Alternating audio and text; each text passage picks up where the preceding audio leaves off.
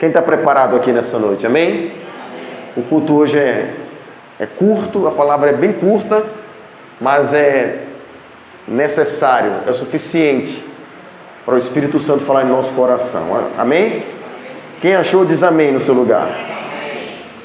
Quem não achou, pode pedir ajuda aos universitários aí do seu lado, mas é necessário que todos possam achar. No Velho Testamento, o livro de 1 Samuel, capítulo 1, fala sobre Elcana e suas mulheres. E a palavra diz assim: Houve um homem de Ramataim em Sofim, da região montanhosa de Efraim, cujo nome era Elcana. Elcana era um homem, tá? Filho de Jeroão, filho de Eliú, filho de Tou, filho de Zufé, efraimita. Tinha ele 2 mulheres, uma se chamava Ana e a outra Penina. Penina tinha filhos, Ana, porém, não os tinha. Este homem subia da sua cidade de ano em ano a adorar e sacrificar ao Senhor dos Exércitos. Em Siló estavam ali os 2 filhos de Eli, Hofni e Finéias, como sacerdotes do Senhor. Versículo 4. No dia em que Elcana oferecia o seu sacrifício, dava ele porções deste a Penina, sua mulher, e todos os seus filhos e filhas. A Ana, porém, dava porção dobrada, porque ele a amava, ainda mesmo que o Senhor a houvesse deixado estéril. Versículo 6. A sua rival a provocava excessivamente para irritar, porquanto o Senhor lhe havia cerrado a madre. Assim o fazia ele de ano em ano, e todas as vezes que Ana subia à casa do Senhor, a outra irritava, pelo que chorava e não comia. Então Elcana, seu marido, lhe disse: Ana, por que choras? E por que não comes? E por que está de coração triste? Não te sou eu melhor do que 10 filhos? Após terem comido e bebido em Siló, estando Eli, o sacerdote, assentado numa cadeira junto ao pilar do templo do Senhor, levantou-se Ana e com amargura de alma orou ao Senhor e chorou abundantemente. E fez um voto dizendo: Senhor dos Exércitos, se atentares para a aflição da tua serva, e de mim lembrares da tua serva, te não esqueceres e lhe deres um filho varão, ao Senhor lhe darei por todos os dias da sua vida, e sobre a sua cabeça não passará navalha. Demorando-se ela a orar perante o Senhor, passou Eli a observar-lhe o movimento dos lábios, porquanto Ana só no coração falava. Seus lábios se moviam, porém não lhe ouvia voz nenhuma. Por isso Eli teve por embriagada e lhe disse: Até quando estarás tu embriagada? Aparta-te do vinho. Porém Ana respondeu: Não, Senhor meu, eu não sou mulher atribulada de espírito.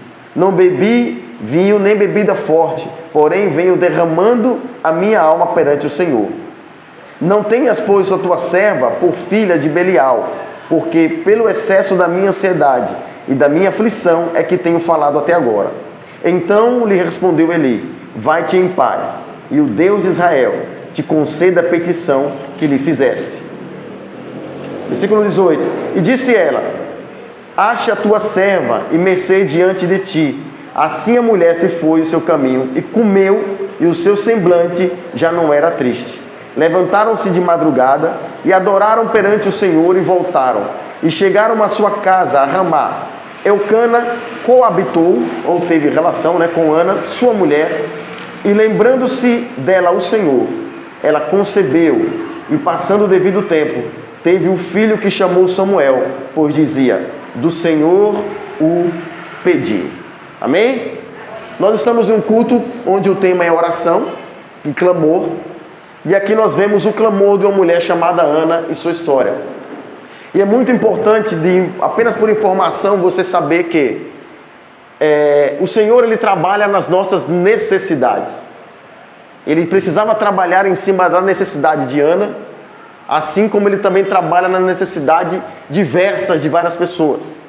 E com o decorrer dessa história que a Bíblia nos conta, a gente vai entendendo como Deus trabalha e como Deus trabalhou na vida de Ana, e assim também pode trabalhar na nossa vida.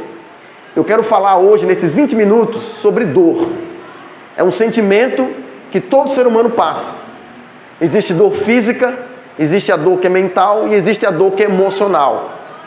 Mas o que tem de comum nessas três dores é que todas doem, né? Todas doem. Mas através da dor, a gente pode alcançar coisas imagináveis.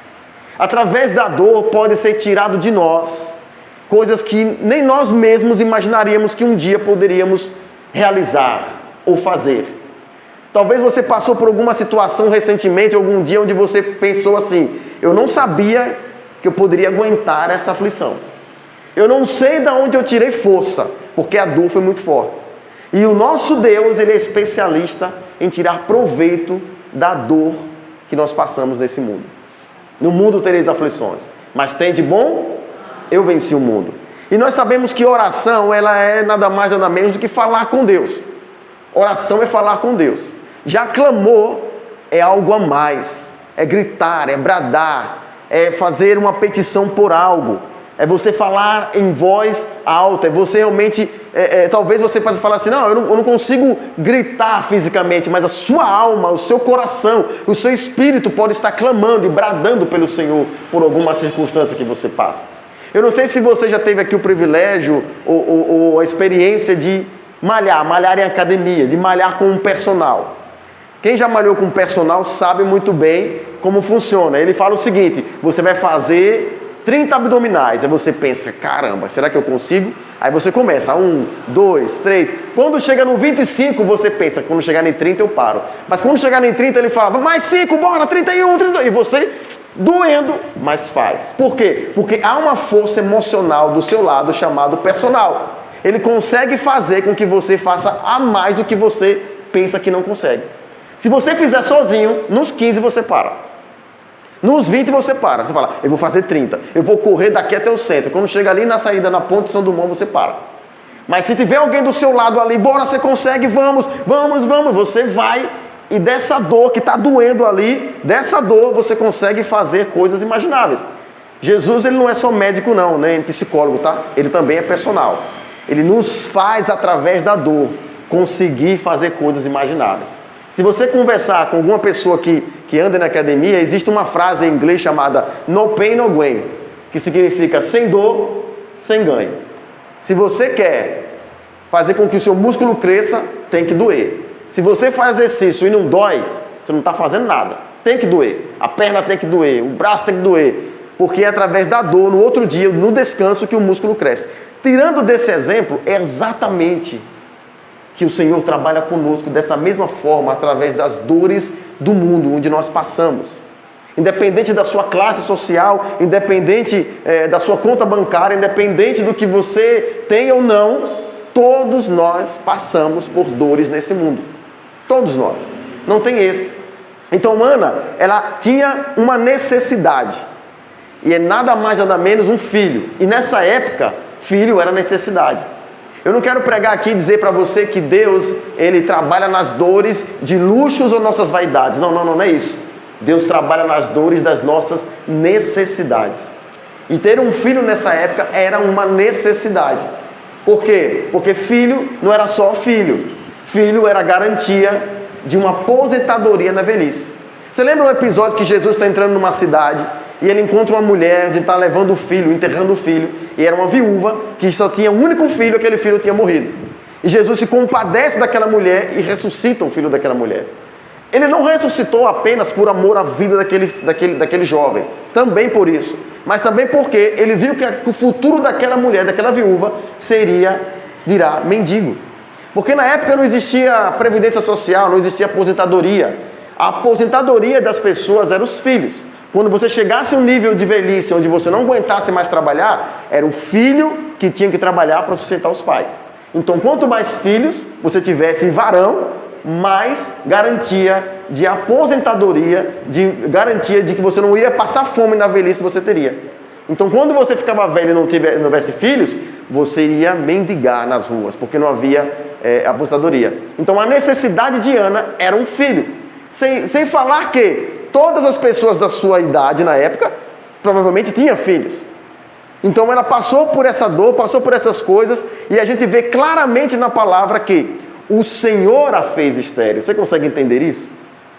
A Bíblia não esconde isso, ela fala: o Senhor a fez estéril. E eu lhe pergunto, por que Deus permitiu esse sofrimento todo com Ana? Por que Deus permitiu essa dor? Porque foi o próprio Deus que a fez estéril, foi o próprio Deus que cerrou a madre, foi o próprio Deus que não permitia que ela tivesse filhos. Eu pergunto por quê? Será que o Senhor tinha prazer no sofrimento de Ana? Com certeza não. Você consegue entender isso, amém? Com certeza não. Sabe por quê? Porque todos que Jesus curou, Jesus dizia, a tua fé te curou ou te salvou. O que isso significa? Que existem caminhos que nós precisamos trilhar para alcançar o milagre que Deus tem para cada um de nós. Sabe por quê? Porque todos nós temos necessidades.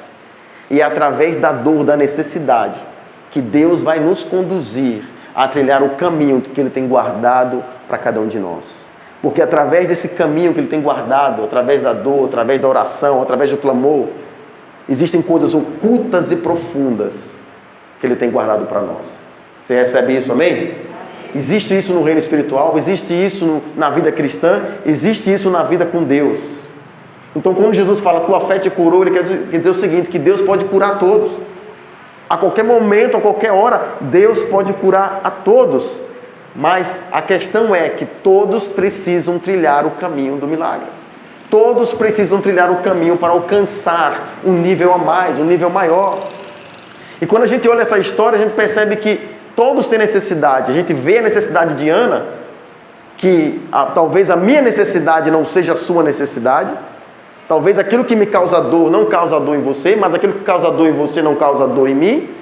Assim como nós vemos em Penina, a sua rival. A Bíblia fala que Penina a irritava, que Penina tinha filhos e filhas. A necessidade de Ana, que era um filho, não era a necessidade de Penina. Não era a mesma coisa. Aquilo que Ana tanto queria, Penina tinha de sobra. A Bíblia fala que ela tinha filhos e filhas. Mas existia uma coisa que Penina não tinha: o amor de Elcana. E Ana tinha o amor de Elcana. A Bíblia fala que quando ele ia à casa do Senhor, que ele ia sacrificar ao Senhor, ele dava porções para Penina, a seus filhos e filhas. Mas a Bíblia diz que ele dava porção dobrada para Ana. E por que ele dava porção dobrada a Ana? Porque ele a via como coitadinha? Não. Porque ele a via, coitada, não tem filho. Não, Elcana claramente não estava nem aí se Ana podia lhe dar filhos ou não. A Bíblia diz que ele dava porção dobrada porque Elcana a amava. A necessidade de Penina era o amor do seu marido, que ela não tinha por completo. E a forma dela reagir a isso era irritando a sua rival. Era tentando irritar Ana. Ah, pastor, isso está certo? Lógico que não. Mas infelizmente, na vida existem pessoas que elas podem ter uma Ferrari na sua garagem. Ainda assim, elas vão ter inveja do seu Fusquinha. Elas podem ter, sabe, uma BMW na garagem. Mas ainda assim ela vai ter inveja do chevetezinho que você tem lá, de 2 portas, 4 marchas, na sua garagem. Infelizmente é assim a vida e nos deparamos com pessoas assim. E era a forma que Penina reagia à sua necessidade. Era a maneira que ela reagia, irritando. Mas o interessante dessa história é que isso não aconteceu uma vez só. Isso não acontecia em mês. A Bíblia fala que isso aconteceu de ano após ano. Fala comigo, ano, mais forte, ano após ano. Isso foi ano após ano. Então passou-se muito tempo mesmo. Essa dor, essa situação que Ana passava. A dor era tão grande que ela nem comia. E o interessante, meus irmãos, que é, assim como eu falei no início, orar é falar com Deus. E Ana tinha uma vida de oração. Ano após ano ela estava ali orando, pedindo ao Senhor. Mas quando a gente entende que orar é falar com Deus, a gente precisa dar o primeiro passo, que é a vida de oração. Quando Jesus estava no Getsemane, na sua oração angustiante, ele volta da oração e quando ele vê os discípulos dormindo, o que é que ele fala? Quem lembra? Ele fala o seguinte: nem 1 hora podeis orar comigo? Era o mínimo que Jesus orava, né? 1 hora. E muitas das vezes 1 hora é o nosso máximo de oração. Se oração é falar com Deus, a gente não pode achar que oração é só um botão de emergência que eu posso apertar quando as coisas ficam difíceis na vida. Não. Deixa eu te dar um exemplo. Imagine se você tem um vizinho, um parente que mora perto de você e de repente ele chega lá te pedindo ajuda porque o gás dele de cozinha faltou e ele não tem dinheiro para comprar. E você vai chegar e não, toma aqui, estou lhe dando aqui o seu gás e não precisa me pagar, estou abençoando a sua vida. Ele pega o dinheiro, lhe agradece e vai lá, coloca o gás dele e pronto. De repente esse mesmo vizinho, esse mesmo parente passa por você e não dá nem bom dia. Passa por você e não fala com você. Ele simplesmente encerra o contato com você. Ele para de falar com você. Nem olha na sua cara.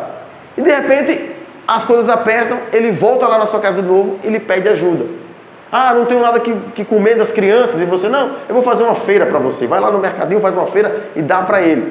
Quando você dá, novamente esse cara para de falar com você, não fala mais com você, e quando você vê ele está dando festa, está fazendo churrasco, faz aniversário, não lhe convida, não fala com você, não pergunta como você está, e de repente pela terceira vez ele tem uma necessidade e vai lhe pedir ajuda. Gente, sejam sinceros, o que é que você faria?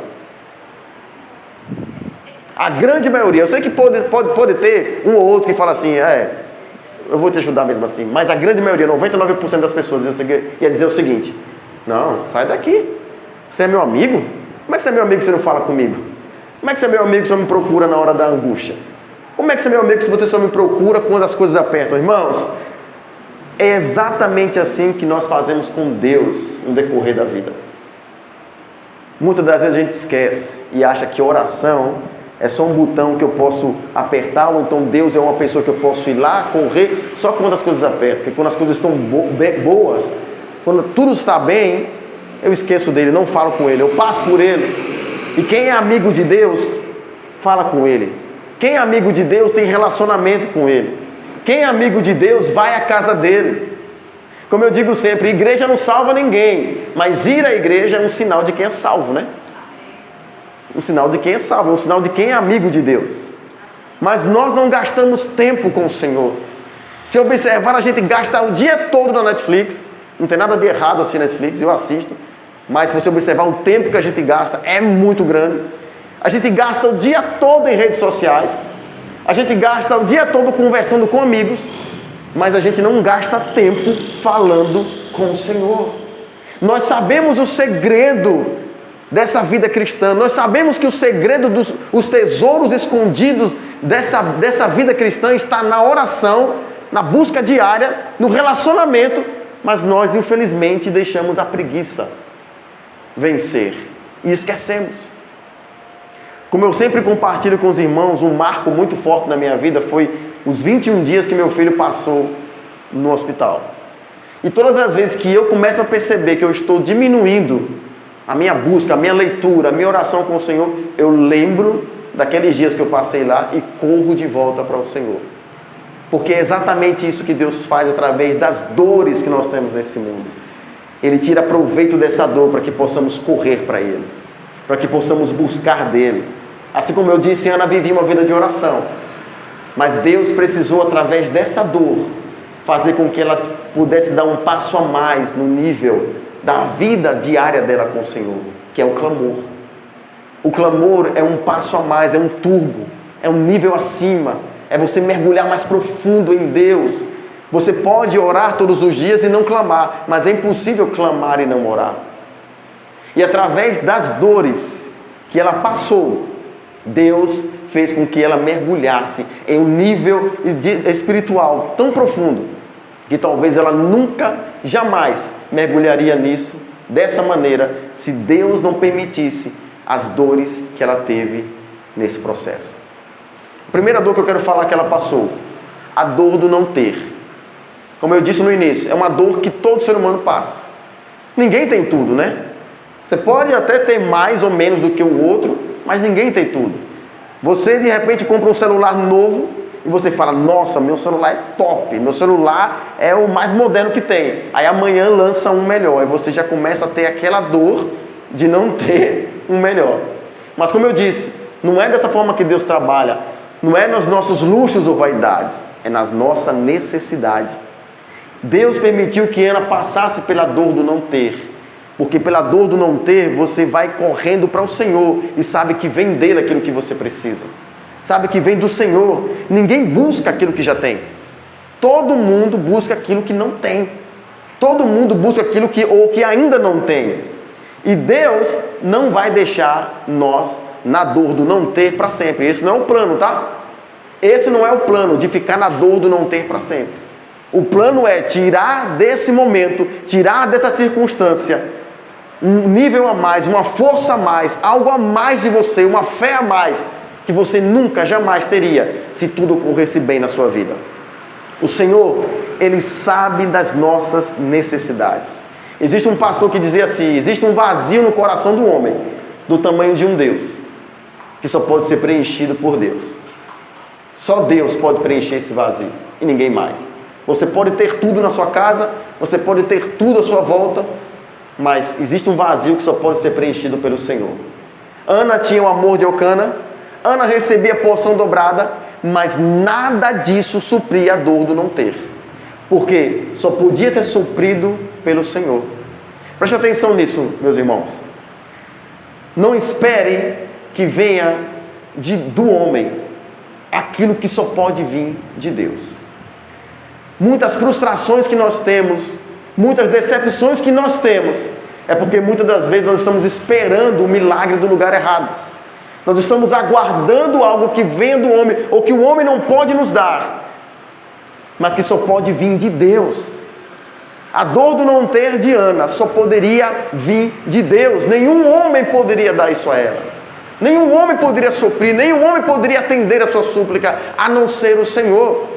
Nós nos frustramos com pessoas, muitas das vezes, não porque o outro é mau caráter apenas. Nós nos frustramos porque muitas das vezes nós esperamos do outro aquilo que só pode vir de Deus.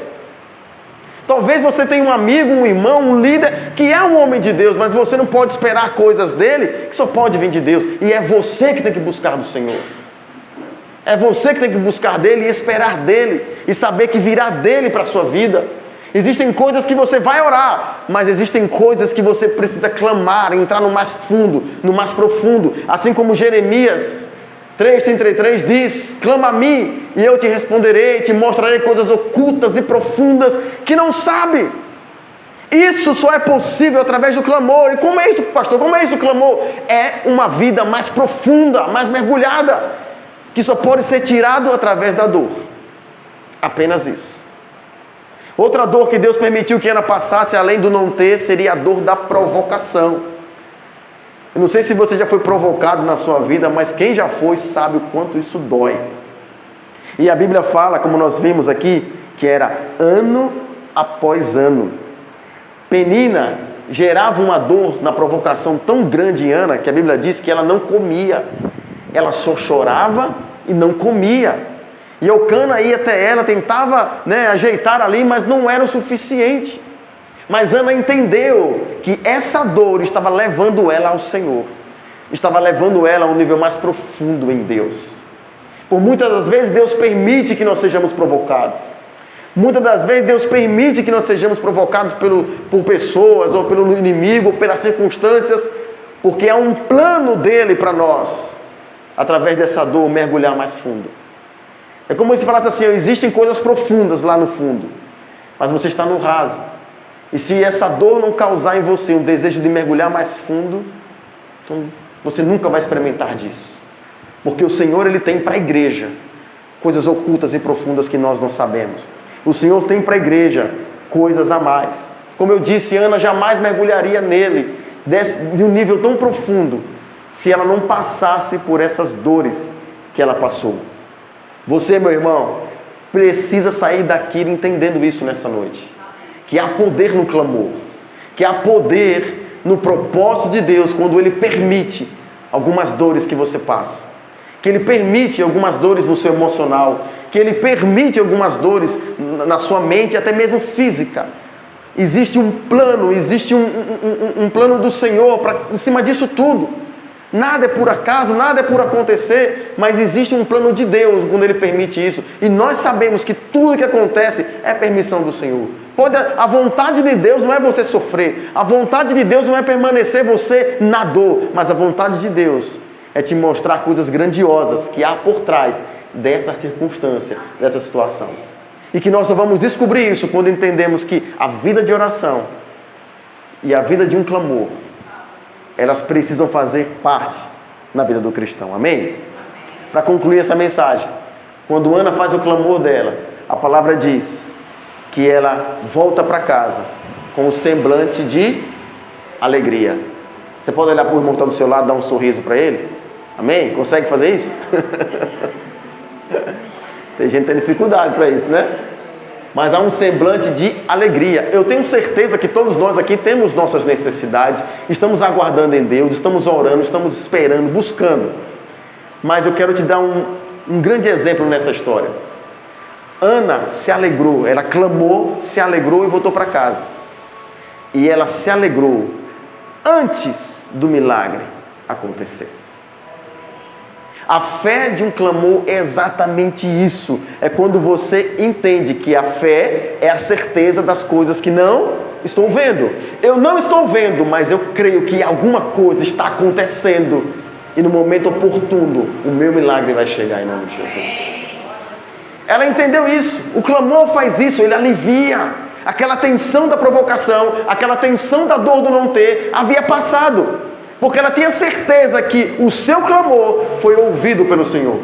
Era mais ou menos assim: Senhor, está aqui nas tuas mãos, agora é com o Senhor. Eu clamei, eu fiz a minha parte, eu bradei, eu coloquei para fora, agora é com o Senhor. E eu vou para casa sorrindo porque eu creio que o Senhor está gerando o meu milagre. Que o Senhor atendeu, que o Senhor ouviu a minha oração. É exatamente isso que acontece e é exatamente dessa forma que precisamos entender e acontecer. Eu vou sair desse culto nessa noite com um semblante de alegria, porque eu sei que o meu Deus está vendo e me ouvindo.